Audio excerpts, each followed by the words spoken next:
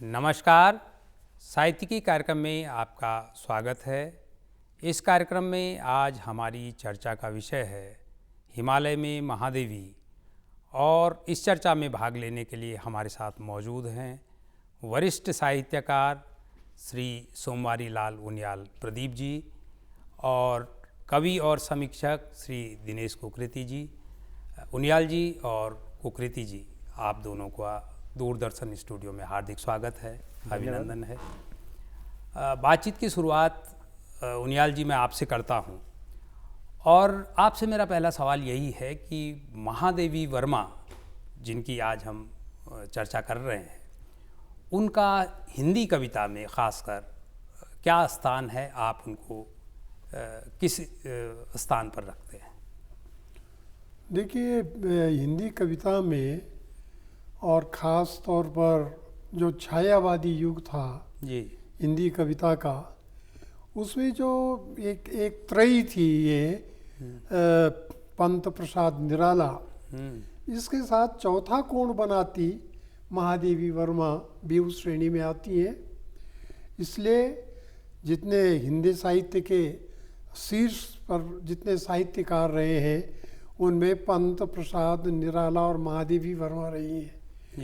इसलिए महादेवी वर्मा का स्थान हिंदी साहित्य जगत में बहुत ऊंचे स्थान पर वो है, और उनकी रचनाएं इतने वर्ष बीत जाने पर भी उनका जो गीत काव्य है वो आज भी लोगों की ज़बान पर है जी।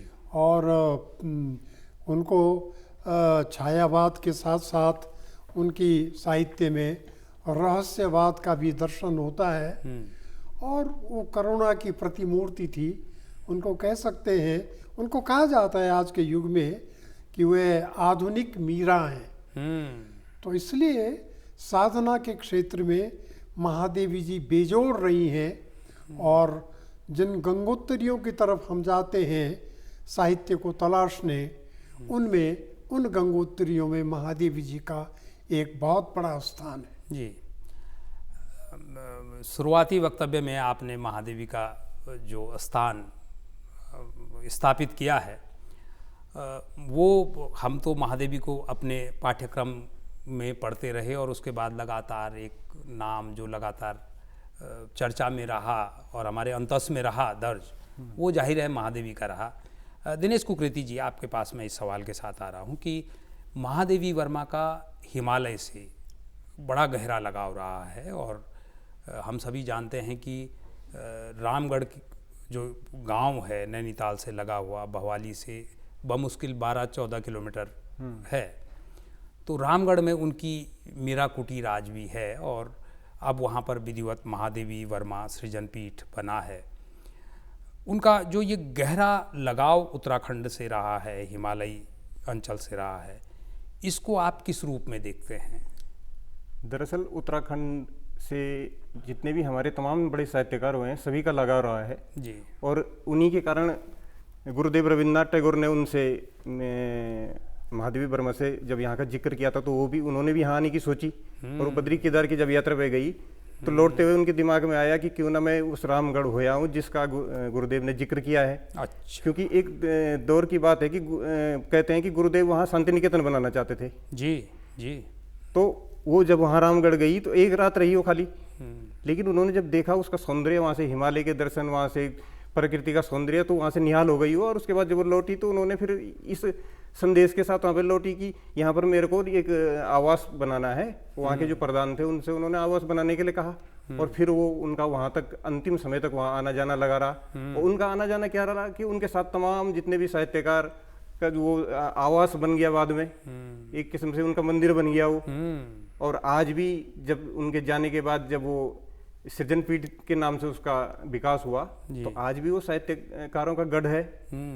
आज भी हर साल वहाँ पर, हर साल क्या, साल में कई बार वहाँ पर आयोजन होते हैं जी, और लगातार वहाँ से कुछ ना कुछ हमको मिलता है। ये अलग बात है कि आज के दौर में नई पीढ़ी के लोग उसको थोड़ा सा, मुझे नहीं लगता कि सबको जानकारी है इस चीज़ की, क्योंकि पढ़ने लिखने से लोगों का टच दूर हुआ है, तो इसलिए जानकारी नहीं है। लेकिन जो उसकी भूमिका है, जो रामगढ़ की और मीरा कुटीर की, उसको नकारा नहीं जा सकता। वो अपना में बड़ी महत्वपूर्ण भूमिका है। जी। दिनेश कुकरेती जी और उनियाल जी, आप जिस दिशा में बात कर रहे थे उसमें मैं ये जोड़ दूं कि महादेवी वर्मा सृजन पीठ जो रामगढ़ में हमारा है, वो मुझे लगता है कि उत्तराखंड में खासकर उससे बड़ा कोई साहित्यिक पीठ हमारे पास है भी नहीं। बिल्कुल नहीं। और पिछले 1.5-2 साल में कोरोना की वजह से तमाम हमारे कार्यक्रम बाधित हुए हैं। हाँ। लेकिन हम सभी लोग इस बात के प्रत्यक्ष गवाह हैं कि वहाँ लगभग हर 2 महीने 3 महीने में एक कोई बड़ा वृहद राष्ट्रीय स्तर का आयोजन होता ही होता था। तो अब तो वो कुमाऊं विश्वविद्यालय के अधीन है और वहाँ पर लगातार जो साहित्यिक गतिविधियाँ हैं वो वर्ष भर चलती रहती हैं। आपकी बातचीत में इतना भर मैंने इसलिए जोड़ा कि कोरोना की वजह से वो आयोजन बाधित हुए हैं और ऑनलाइन वो लगातार बदस्तूर जारी हैं। उनियाल जी, आपके पास अब एक नए सवाल के साथ मैं आ रहा हूँ, और वो ये कि बतौर कवि आपने वो जो छायावादी मिजाज की कविताएं हैं वो भी खूब लिखी हैं।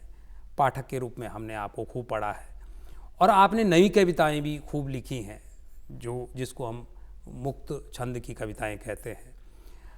इसलिए आपसे ये सवाल बहुत लाजमी हो जाता है कि महादेवी की कविता का जो मिजाज है वो ज़्यादा प्रभावी आप मानते हैं, या जो आज नई कविता है इसमें ज़्यादा मारक क्षमता आप मानते हैं? क्योंकि आपने दोनों दौर जिए हैं और आजमाए हैं, इसलिए मैं इस सवाल को आपसे पूछ रहा हूँ। देखिए नौटियाल जी, साहित्य जो है वो भावनाओं का संप्रेषण भी है और मनुष्य की वृत्ति, अंतर्वृत्ति, उसकी संस्कृति और उसकी प्रवृत्ति को भी वो उद्घाटित करता है। तो विभिन्न कालखंडों में जो साहित्य रचा गया, जो महादेवी जी की पीढ़ी भी थी, उसने जो साहित्य रचा उसमें छायावाद से लेकर अब छायावाद क्या है, छायावाद पर बहुत चर्चाएं हुई है। लेकिन छायावाद जो है मनुष्य के भीतर जो लौकिक है और एक अलौकिक है, एक दृश्यमान है और एक अदृश्य है। तो जो लौकिक से अलौकिक की ओर वो एक छायावादी प्रवृत्ति है। क्या बात है। और जो दृश्य है उससे अदृश्य की ओर, तो उन दोनों में जो एक सौंदर्य बोध होता है उसमें जाता है, और वो कहीं कहीं रहस्यवाद का पुट भी उसमें आ जाता है। तो वो पीढ़ी, चाहे पंत जी हो, अब आप और हम तो पंत जी के जन्मस्थली कौसानी में गए थे जी, और हमने वहाँ देखा कि सौंदर्य का ये कभी वैसे ही नहीं हुआ। कितने विराट सौंदर्य राशि उसने देखी उसके बचपन से, और उसका संस्कार जो है उस पर बराबर पड़ा। इसलिए छोड़ ध्रुवों की मृदु छाया को, तोड़ प्रकृति से भी माया, बाले तेरे बाल जाल में कैसे उलझा दूं लोचन। क्या बात। तो जहाँ पंत जो है उस बात को कहते हैं, अब जो हिमालय के हिसाब से देखे जाए तो हमारे प्रसाद जी हिमगिरी के उत्तुंग शिखर पर बैठ शिला की शीतल छांव, एक पुरुष भीगी नयनों से देख रहा था प्रलय प्रवाह। ऊपर हिम था नीचे जल था, एक सरल था एक तरल है, और एक तरल क्या कहे उसको जड़ या चेतन। तो इस तरह से वहाँ से जो है जो कविता हुई उसके वहाँ से जो शुरू हुई उसी तरह से निराला है। निराला का भी कई रहस्य लोक में प्रवेश कर जाते हैं, पर कई लौकिक जगत में वह तोड़ती पत्थर, इलाहाबाद के पथ पर वह तोड़ती पत्थर, और भिखारिन जैसी कविता मुट्ठी वरदाने को भूख मिटाने को मुँह फटी झोली की फैलाती। इसी तरह से फिर महादेवी वर्मा जो है वो हिमालय पर से ही उनकी कविताएं बहुत सुंदर खूबसूरत कविताएं हैं। अब सारे उदाहरण तो इस उम्र में मुझको याद नहीं है, पर जो उनका जो चित्र मेरे मन में उभरता है कि हिमालय पर उन्होंने मुक्त रूप से लिखा है। और तू गौरव, तू शिखर, तू क्या है ये इस ढंग की चीज़ें हिमगिरी के लिए उन्होंने लिखा, हिमालय से हिमगिरी के लिए। ये सब कविताएं हिमालय से प्रकृति से शुरू की हैं, पर आगे जाकर फिर गीत में परिणित हुई और गीत के क्षेत्र में वो आई। और नई कविता की भी पुट उसमें कहीं दिखाई दी पड़ती है उनकी कविताओं के भीतर भी। अच्छा। जैसे आ गए हो आओ, आ गए आओ, पर अपना अहंकार पायदान पर झाड़ कर आओ। क्या बात है, बहुत बढ़िया। आए हो तो आओ, पर अपना अहंकार पायदान पर झाड़ कर आओ। तो पायदान की बात भी कर रही है, अहंकार की बात भी कर रही है, आए हो तो आए है। और उस ढंग की सारी कविताएं, बहुत सारी कविताएं। तेरा अधर विचुंबित प्याला, तेरी स्मृति मृदुहाला, फिर क्यों पूछे मेरे साकी, क्या मधुमेह क्या विस्मय क्या। उस प्रथम पंक्ति के जितने कवि रहे, चाहे हरिवंश राय बच्चन रहे, सुमित्र नंदन पंत रहे, दिनकर जी रहे, वो जो तेज के कवि थे दिनकर, अलग अलग रंगों में उन्होंने लिखा। और हमारी पीढ़ी उनकी बहुत ऋणी है। उन्होंने जो संस्कार हमको दिए। अब जहाँ तक नई और पुरानी कविता का प्रश्न है, इस पर बहुत बड़ी डिबेट हो सकती है, जी। इस पर बातचीत हो सकती है। लेकिन मेरा मूल रूप से मानना है कि कविता मूल रूप से संवेदना की उपज है जी। अगर मन संवेदनशील नहीं है तो आप नए और पुराने के खांचों में भले ही कविता को बांट दें, पर उससे कुछ ले नहीं पाएंगे, ग्रहण नहीं कर पाएंगे। इसलिए कविता तो कविता है। जी। मेरा कहना यह है, नहीं हो अब नई कविता, अब महादेवी वर्मा और इस पीढ़ी के बाद की जो जितने लोग आए, बहुत नए नए प्रयोग उन्होंने किए। रघुवीर साय की कविताएं हैं, गिरिजा कुमार माथुर की कविताएं हैं, तो सब नए प्रयोग है। शमशेर की कविताएं हैं, जी, है ना। तो इसी तरह से आते आते फिर हमारे इस पर्वतीय अंचल से देखा जाए तो लीलाधर जगूड़ी है, मंगलेश डबराल है, वीरेन डंगवाल है। अब जो साहित्य में एक अच्छा स्थान बना चुके, ये सब नए कवि हैं। पर उधर जैसे धूमिल है, अब उनकी एक बात ये मानना पड़ेगा कि जो गीति काव्य है वो आदमी की स्मृति पर ज्यादा चढ़ा है। ये सैकड़ों साल बीत जाने पर भी अभी हम उन पंक्तियों को गुनगुना सकते हैं। वो अभी हमारे अंदर कहीं बसी हुई है। थोड़ा नई कविता के साथ ये है कि उसमें बौद्धिक तत्व ज्यादा प्रधान है, और उस बौद्धिकता की वजह से उसका जो बिंब विधान है, उसमें जो रूपक है, और उसमें जो गेयता नहीं है, उस कारण बहुत दिनों तक वो लोगों की जबान पर नहीं रहती। पर जैसे मैंने कहा कि धूमिल है, अब धूमिल की कविता है मोची राम है, बाबूजी मेरे लिए न कोई छोटा है न बड़ा है, हर आदमी एक जूते का जोड़ा है, जो मेरे सामने मरम्मत के लिए खड़ा है। क्या बात है, क्या बात है। धूमिल की कविता, अब धूमिल की कविता है। दुष्यंत है, हो गई है पीर पर्वत सी पिघलनी चाहिए, इस हिमालय से कोई गंगा निकलनी चाहिए। अब ये लाइनें जो है दुष्यंत को जो है लोग जगह जगह कोट करते हैं अपनी बातों में। तो ये सब चीजें हैं, परंतु कविता तो कविता है, और मूल रूप से उसके केंद्र में मनुष्य है, उसके सुख दुख है। और जो कविता मनुष्य के सुख दुख से नहीं जुड़ी है, वो कविता कालजयी कविता नहीं हो सकती। क्या बात है, क्या बात है। उनियाल जी, आप जैसे वरिष्ठ साहित्यकार और स्थापित संपादक जब ये कहते हैं कि चाहे कविता पुरानी हो नई हो, अगर उसमें एक प्रवाह है, उसमें अपनी बात कहने की क्षमता है, तो वो याद रखी जाएगी। और मुख्यतः संवेदना का मामला है, अगर वो संवेदनशीलता से लिखी गई है तो वो याद रखी जाएगी और अपना प्रभाव भी पैदा करेगी। ये सवाल मैंने इसीलिए आपसे कहा था कि एक वो कविता है जो एक राइम स्केल पर, एक छंद विधान पर चलती है, एक कविता हमारी आधुनिक कविता है जो स्पॉन्टेनियस अपनी बात को कह तो देती है, लेकिन उसमें वो गेयता जिसकी तरफ आपने ध्यान किया, वो गेयता उसमें नहीं है। दिनेश कुकरेती जी, छायावादी कवियों में जिन नामों का उल्लेख अभी उनियाल जी ने किया, उनमें से बहुत मुश्किल होता है ये चूज करना कि हम किसको नंबर 1, नंबर 2, नंबर 3 माने, लेकिन आप एक समीक्षक हैं। एक समीक्षक की दृष्टि से अगर छायावादी कवियों की हम चर्चा करें तो उनमें महादेवी की कविता को आप कहाँ पाते हैं?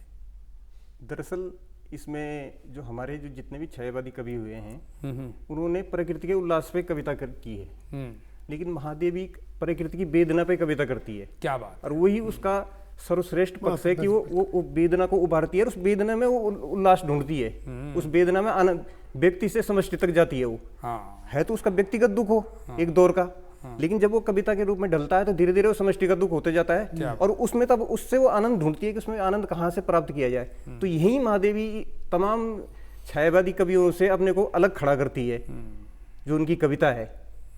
और इसीलिए महादेवी को निराला ने कहा था कि ये हिंदी के मंदिर की सरस्वती हैं।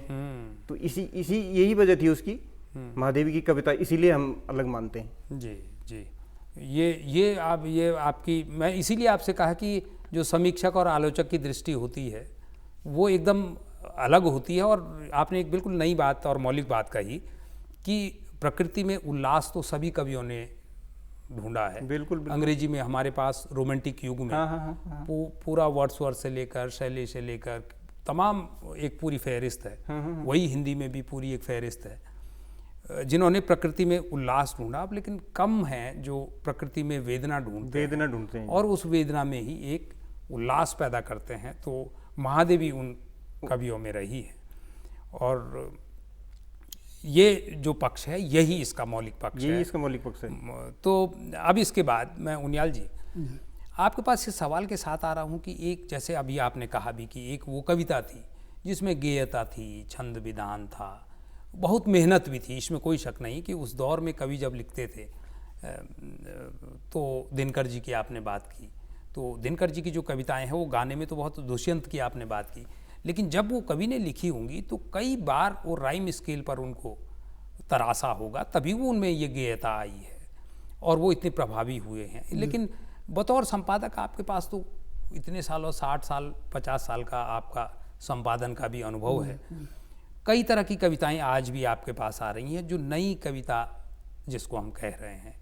आपको क्या लगता है कि वो जो एक कविता की मारक क्षमता होती है वो उन कविताओं में ज़्यादा थी या नए दौर की इन कविताओं में ज़्यादा है?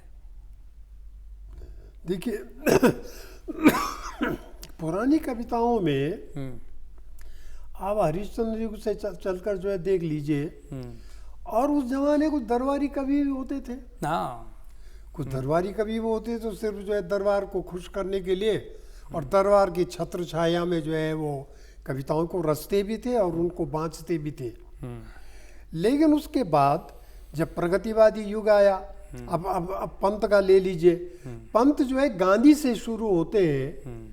प्रकृति के तो कवि थे ही, पर गांधी से भी बहुत अत्यधिक प्रभावित थे, गांधी की सत्य अहिंसा से, पर वहाँ से भी आगे चलकर कार्ल मार्क्स के तक जो है वे पहुँच गए। और वो इस ढंग से उन्होंने फिर बाद में कहा कि दुनिया में जो है जब तक ये विषमता, विसंगति और तमाम ये शोषण अत्याचार कायम है, तब तक साहित्य जो है अपना धर्म नहीं निभा रहा है, जब तक इन चीज़ों पर प्रहार नहीं करता। तो ये एक तो व्यवस्थावादी कवि या साहित्यकार या पत्रकार भी हो सकते हैं जो व्यवस्था के साथ गडमड करके चलना चाहते हैं, और एक जरा मुक्त हृदय से ये देखते हैं कि व्यवस्था चाहे कोई भी हो, लेकिन व्यवस्था के केंद्र में क्या है।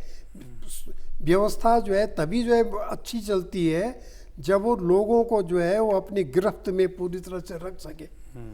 ये जो है व्यवस्था का धर्म होता है।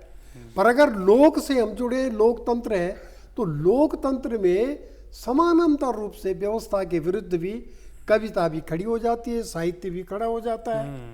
और इसलिए जो आज की कविता है, नई कविता है, जो मनुष्य के भीतर तरह तरह की त्रासदियां आदमी भोग रहा है, जो तमाम विसंगतियां हैं, उनसे ज़्यादा प्रभावित है। अब जो आप अगर खरी खरी बात बोलेंगे तो चुभेगी, जाहिर सी बात है। अब वो चुभती है। वो कहते हैं भले ही आज बिंब और प्रतीक विधान और ये तमाम सब चीज़ें इस ढंग की हो गई हैं कि आम आदमी पर लिखी जाने वाली कविता आम आदमी नहीं समझ पाता। नहीं समझ पा रहा जी। ये भी एक बड़ी विडम्बना है। ये भी एक विडम्बना है। तो इसलिए कविता में संप्रेषणीयता का जो गुण है वो बहुत जरूरी है, एक हृदय से दूसरे हृदय तक। कुछ हद तक हम मान सकते हैं कि वैज्ञानिक युग है और वैज्ञानिक मान्यताओं में जो है वो कविता भी उसको स्वीकार करती है। बिल्कुल, देश काल परिस्थितियों का प्रभाव, देश काल परिस्थितियों का असर उस पर भी पड़ता है। लेकिन मूल रूप से कविता मनुष्य के भीतर जो आत्मीयता का जो आत्मीय तत्व है उसको रिप्रेजेंट करती है। क्या बात है। हृदय प्रधान, दिमाग कुछ चालाकियां भी कर सकता है, कुछ शैतानियां भी कर सकता है, लेकिन मूल रूप से मनुष्य का जो हृदय पक्ष है, भाव पक्ष है, वो उसकी संवेदना ही उसको ऊर्जा देती है। इसलिए आज की कविता में और नई कविता में, नए पुराने में थोड़ा ये भेद है कि ये एक तो अब जो लाघव जो है, हर जगह लाघव हम देखते हैं, शॉर्टकट, बहुत लंबा चौड़ा चलना, लंबी सड़क पसंद नहीं करते। तो कोई शॉर्टकट, तो कविता में भी लोगों ने शॉर्टकट ढूंढ लिए।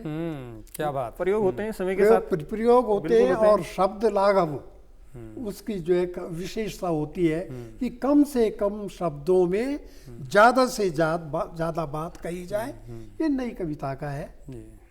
और आम भाषा में बात की जाए। मैं अपने मित्र जगुड़ी जी को इसलिए याद कर रहा हूँ कि उन्होंने एक कविता, ये कुछ लाइनें लिखी हैं कि बहुत कठिन काम है, बहुत कठिन काम है, सरल भाषा बोलना बहुत कठिन काम है। क्या बात है। अब ये चीजें छूती हैं कि सरल भाषा बोलना कठिन काम हो गया। कठिन काम हो गया। अब अगर हम साधारण से असाधारण की ओर और असाधारण से साधारण की ओर हमारी जो आवाजाही है, ये साहित्यिक प्रक्रिया है। पुरानी पहले की जो कविताएं थी उसमें कुछ असाधारण चीजें होती थी।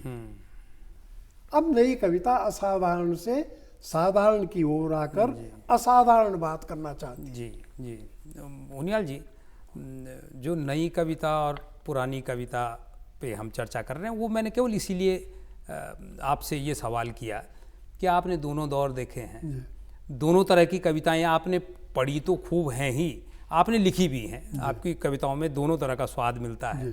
एक वो पुराना स्वाद जिसको आप छायावादी कविता कहिए, प्रकृतिवादी कविता कहिए, एक आपकी जो आधुनिक कविताएं हैं वो बड़ी तीखी हैं। और लीलाधर जगुड़ी जी का आप वो कर रहे थे, उनका एक बहुत छोटी सी कविता मुझे स्मरण आ रही है कि वो गांव को लेकर कहते हैं कि जैसे त्याज्य औरत के भारी पाँव ऐसे हो गए हैं हमारे गांव। अब ये 2 लाइन की कविता लेकिन गांव की विडंबनाओं पर पूरी चोट कर देती है। लेकिन जिस मसले पर आप बातचीत कर रहे थे उसी को थोड़ा विस्तार देते हुए मैं दिनेश कुकृति जी आपके पास आ रहा हूँ, और वो ये कि आपका अखबारों से भी एक लंबा संबंध रहा है। एक दौर हमारा था जब अखबार, हमारे जो मुख्य धारा के अखबार हैं उन सभी में साहित्य को पर्याप्त जगह मिलती थी, और जो रविवार का हमारा संस्करण होता तो वो तो शुद्ध रूप से, उनियाल जी इस बात के गवाह हैं कि वो शुद्ध रूप से साहित्यिक संस्करण होता था। उसमें कहानी, कविताएं, पुस्तक समीक्षाएं, यहाँ तक कि बच्चों के लिए सामग्री होती थी। अब हम उन्हीं मुख्य धारा के अखबारों में देखते हैं कि वो जो साहित्यिक पृष्ठ थे वो गायब हो गए हैं, और यहाँ तक कि उस दौर में जो खबरों की जो तासीर थी वो साहित्यिक होती थी। अब वो चीज़ भी नहीं दिखाई देती है। बड़ा क्या वजह है कि साहित्य अखबारों से गायब हो गया, लगभग गायब हो गया? नौटियाल जी, दरअसल ये बड़ा गंभीर विषय है। इसके एक नहीं अनेक कारण हैं इसके, लेकिन जो मुख्य कारण आज के दौर में मेरे को देखने को मैं देखता हूँ और मैं समझता हूँ इसको, तो वो है सबसे बड़ा टीआरपी। आपको बेचनी है चीज़, और चूंकि साहित्य जो है, साहित्य का एक वर्ग है, तो उसने तो खरीदनी नहीं है, वो तो एक गरीब वर्ग है एक किस्म से साहित्यकारों का। तो आपको तो अपनी जो उत्पाद है उसको बेचना है, तो आपने उसकी जगह ही खत्म कर दी वो धीरे धीरे। दूसरा, जो तकनीक का विकास हुआ, वो उस तकनीक के विकास में हम इतने शॉर्टकट होने लग गए कि हमने इन चीज़ों को पढ़ना छोड़ दिया। पाठक ने भी तो दूरी बनाई इससे धीरे धीरे। जी बनाई है, पाठक ने दूरी बनाई, क्योंकि पत्र पत्रिकाएं इसकी डेट में बिजनेस हो गई। वो उसको वो जो साहित्य पे एक पेज देते हैं वो पूरा, उसको अगर एक पेज का वो विज्ञापन दें तो वो ज़्यादा फायदेमंद होगा। तो इसलिए उससे भी दूरी बनी। और दूसरा, क्योंकि एक दौर में तो ये था कि वो पन्ना अनिवार्य होता, उसके हर किसी को चाह होती थी। आज की डेट में अखबार कौन पढ़, आज की डेट में आदमी हेडलाइन पढ़ता है, मोटी खबर पढ़ी उसने, खबर कोई नहीं पढ़ता। तो ये भी एक कारण हुआ। दूसरा क्या हुआ कि पठन पाठन के प्रति जो हमारी अभिरुचि कम हुई है, जो टेक्नोलॉजी ने हमको मोबाइल पे सब कुछ कर दिया है, तो उससे भी इससे दूर होते चले गए। हालांकि ऐसा नहीं है कि पढ़ने वाला वर्ग नहीं है, पढ़ना चाहता है, आज की डेट में भी अच्छी चीज़ पढ़ना चाहता है, लेकिन उसमें विडंबना ये है कि हम लोग देना नहीं चाह रहे। तो एक तो हम देना नहीं चाह रहे, वो पढ़ना चाह रहा है, और दूसरा वो पढ़ना नहीं चाह रहा, इसलिए हम देना नहीं चाह रहे। ये बड़ी विडंबना। तो ये तमाम चीज़ें हैं, पर मुख्य चीज़ मेरे को जो लगती है वो टीआरपी है। हाँ, व्यावसायिकता जो है, व्यावसायिक। ये मैंने दिनेश कुकरेती जी आपसे इसलिए ये सवाल पूछा कि जिस दौर महादेवी वर्मा के नाम पर हम जिस दौर को याद कर रहे हैं, और इस दौर से जो हम उसकी एक तुलनात्मक अध्ययन कर रहे हैं उसका, उसमें ये चीज़ बहुत स्पष्ट रूप से आती है कि उस पीढ़ी को, उनियाल जी साक्षी हैं, उस पीढ़ी को सामने लाने में उन अखबारों की, बिल्कुल मेन स्ट्रीम की, धर्मयुग, साप्ताहिक हिंदुस्तान, इस तरह की तमाम पत्रिकाएं, उनकी बड़ी भूमिका रही है। अब एक बड़ा संकट हमारे सामने ये है कि अगर हमारे पास बहुत अच्छे कवि हैं भी, बहुत अच्छे कथाकार हैं भी, तो उनके पास एक तरह से जो एक चैनल होता है सामने आने का, उसका बड़ा अभाव हो गया है। बहुत संक्षेप में हम इस बातचीत को विराम दें, उससे पहले उनियाल जी आपसे मैं केवल इतना जानना चाहूँगा बहुत संक्षेप में कि हमारे यहाँ जो महादेवी वर्मा सृजन पीठ है रामगढ़ में, उसकी गतिविधियों को बढ़ाने के लिए, क्योंकि वो कुमाऊँ विश्वविद्यालय के अधीन है, आप क्या सुझाव देते हैं? देखिए, कविता को चंद लोगों तक सिमटने की बजाय आज की स्थितियों में एक आंदोलन बनाना चाहिए। खास तौर पर जैसे कुकरेती जी ने कहा कि हमारे यहाँ साहित्य पर भी उपभोक्तावाद छा गया। जिस चीज़ का उपभोग हम कर सकते हैं, उपयोगी है, जो हमारे लिए खास तौर पर आर्थिक दृष्टि से और व्यापार की दृष्टि से जो उपयोगी हम वही करते हैं।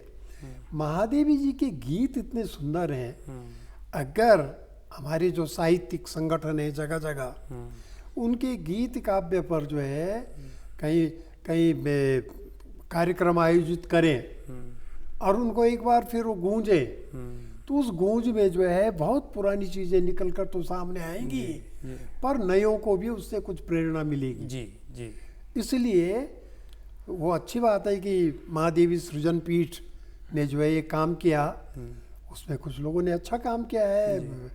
हमारे मित्र लक्ष्मण सिंह बटरोई जी जी, उन्होंने भी उसको उठाने में काफ़ी काम किया है, लेकिन उसको एक जगह तक सीमित रखने के बजाय उसको व्यापकता देना जरूरी है। मैं हमेशा एक बात बोलता रहा हूँ कि साहित्य और संस्कृति चंद लोगों के हाथ में नहीं रहनी चाहिए, उसको जनवादी स्वरूप देना चाहिए, आम जनता तक पहुँचना चाहिए। आपसे तो बहुत कुछ जानने के लिए है और एक बड़ा दौर है, उस दौर की बड़ी स्मृतियाँ हैं, लेकिन समय की अपनी एक सीमा होती है और आप समय हमको इतना ही बातचीत का इजाज़त देता है। बहरहाल आप और दिनेश कुकरेती जी, आप दोनों हमारे स्टूडियो में आए, आपसे चर्चा हुई, आप दोनों का बहुत बहुत धन्यवाद। बहुत धन्यवाद। ये थी हमारी आज की साहित्यिकी का कार्यक्रम। अगली बार फिर किसी नए विषय को लेकर कुछ नए मेहमानों के साथ आपके बीच उपस्थित होंगे। तब तक के लिए इजाज़त दीजिए। नमस्कार।